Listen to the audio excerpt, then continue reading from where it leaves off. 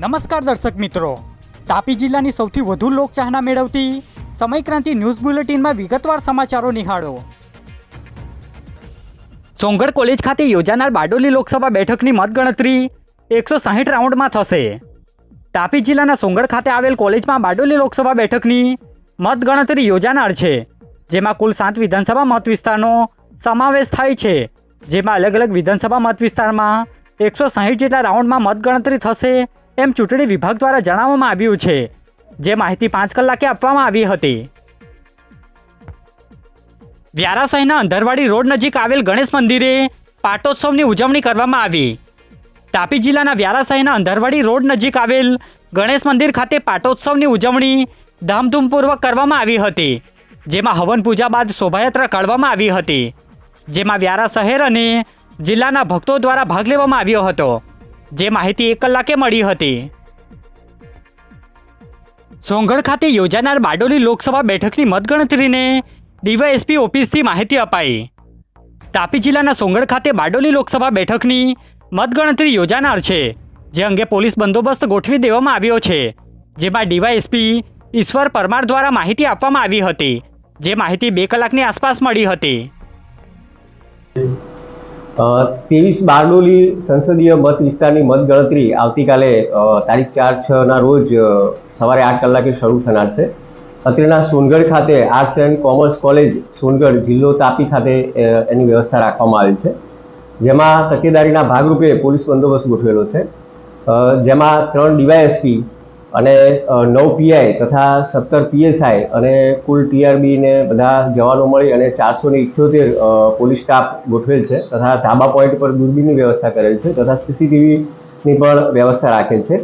આમ મતગણતરી માટે જરૂરી પૂરતો પોલીસ બંદોબસ્ત રાખેલ છે।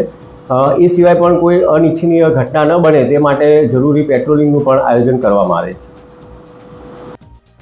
વ્યારા ફાયર વિભાગ દ્વારા શહેરના બજાર વિસ્તાર સહિતના અલગ અલગ વિસ્તારમાં ચેકિંગ હાથ ધરી નોટિસ આપી।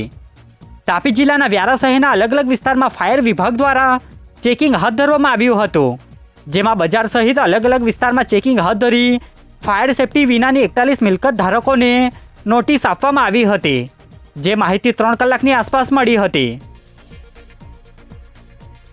સુંદરપુર ગામે ટ્રેક્ટર ખાડામાં પલટી ખાઈ જતા ચાલકનું ઘટના સ્થળે જ મોત નીપજ્યું। ઉછલ તાલુકાના સુંદરપુર ગામે રોડની સાઈડમાં આવેલ ખાડામાં એક ટ્રેક્ટરના ચાલક અવિનાશભાઈ વડવીએ અકસ્માતે ટ્રેક્ટર પલટી ખડાવી દેતા અકસ્માત સર્જાયો હતો, જેમાં ટ્રેક્ટર ચાલક ટાયરના નીચે કચડાઈ જતા તેનું ઘટના સ્થળે મોત નીપજ્યું હતું। બનાવને લઈ પોલીસે કાયદેસરની કાર્યવાહી હાથ ધરી છે, જે માહિતી 5 કલાકની આસપાસ મળી હતી। સોંગઢ તાલુકાના દોણ ગામે ડ્યુક બાઇકની ચોરી થતાં પોલીસ ફરિયાદ નોંધાઈ। સોંગઢ તાલુકાના દોણ ગામે ફરિયાદી વિપુલ ગામિતે ડ્યુક બાઇક લોક કરીને પાર્ક કરી હતી, ત્યારે કોઈક અજાણ્યા ચોર ઇસમો દ્વારા બાઇકની ડુપ્લિકેટ ચાવી બનાવી અથવા લોક તોડી બાઇક લઈ ફરાર થઈ જતા પોલીસ મથકે ફરિયાદ આપવામાં આવી છે, જેને લઈ પોલીસે 1 લાખની બાઇક ચોરી અંગેની ફરિયાદ લઈ કાર્યવાહી હાથ ધરી છે, જે માહિતી 4 કલાકની આસપાસ મળી હતી। વ્યારા શહેરના સયાજી મેદાન ખાતે ધારાસભ્યની હાજરીમાં ક્રિકેટ ટુર્નામેન્ટ યોજાઈ। તાપી જિલ્લાના વ્યારા શહેરના સયાજી મેદાન ખાતે લાઇન હાટ આયોજિત ક્રિકેટ ટુર્નામેન્ટની ફાઇનલ યોજાઈ હતી, જેમાં વ્યારા વિધાનસભાના ધારાસભ્ય મોહન કોકણી હાજર રહ્યા હતા, જેમના હસ્તે વિજેતા ટીમ લાઇન હાટ યસ 11ના સભ્યોને ટ્રોફી વિતરણ કરવામાં આવી હતી। સાથે જ આયોજક સભ્ય અને ગ્રુપના અધ્યક્ષ રાજુભાઈએ આભાર વ્યક્ત કર્યો હતો। આ કાર્યક્રમમાં નગરપાલિકાના કારોબારી અધ્યક્ષ દિલીપભાઈ સહિતના રાજકીય આગેવાનો જોડાયા હતા, જે માહિતી 8 કલાકે મળી હતી। લક્કડકોટ ચેકપોસ્ટ નજીકથી પોલીસે બાઇક પર લઈ જવાતો વિદેશી દારૂ સાથે આરોપીને ઝડપી પાડ્યો। સોંગઢ પોલીસ ટીમના માણસોને મળેલી બાતમીના આધારે લક્કડકોટ ચેકપોસ્ટ નજીકથી ચેકિંગ હાથ ધર્યું હતું, જેમાં પોલીસે એક વ્યક્તિને ઊભી રાખી તેમાં તપાસ હાથ ધરતા આરોપી હરીશ નાઈકે પોતાના શર્ટની અંદર સંતાડી રાખેલ વિદેશી દારૂ મળી આવ્યો હતો। બનાવને લઈ પોલીસે દારૂ તેમજ બાઇકનો કબજો લઈ કાયદેસરની કાર્યવાહી હાથ ધરી હતી, જે માહિતી 4:15 કલાકની આસપાસ મળી હતી। કુમકુવા ગામે નશો કરી પિતા સાથે ઝઘડો કરતા પુત્રને પોલીસે ઝડપી લઈ કાર્યવાહી હાથ ધરી। સોંગઢ તાલુકાના કુમકુવા ગામે નશો કરી પિતા સાથે ઝઘડો કરતા પુત્ર કમલેશ ઠાકોરભાઈ ગામિતને પોલીસે ઝડપી પાડ્યો છે, જેમાં પોલીસને મળેલી અરજી મુજબ આરોપી નશાની હાલતમાં હોય, જેને પોલીસે સામે ગુનો દાખલ કરી કાયદેસરની કાર્યવાહી હાથ ધરી હતી। જે બાબતની વિગત 4 કલાકની આસપાસ મળી હતી.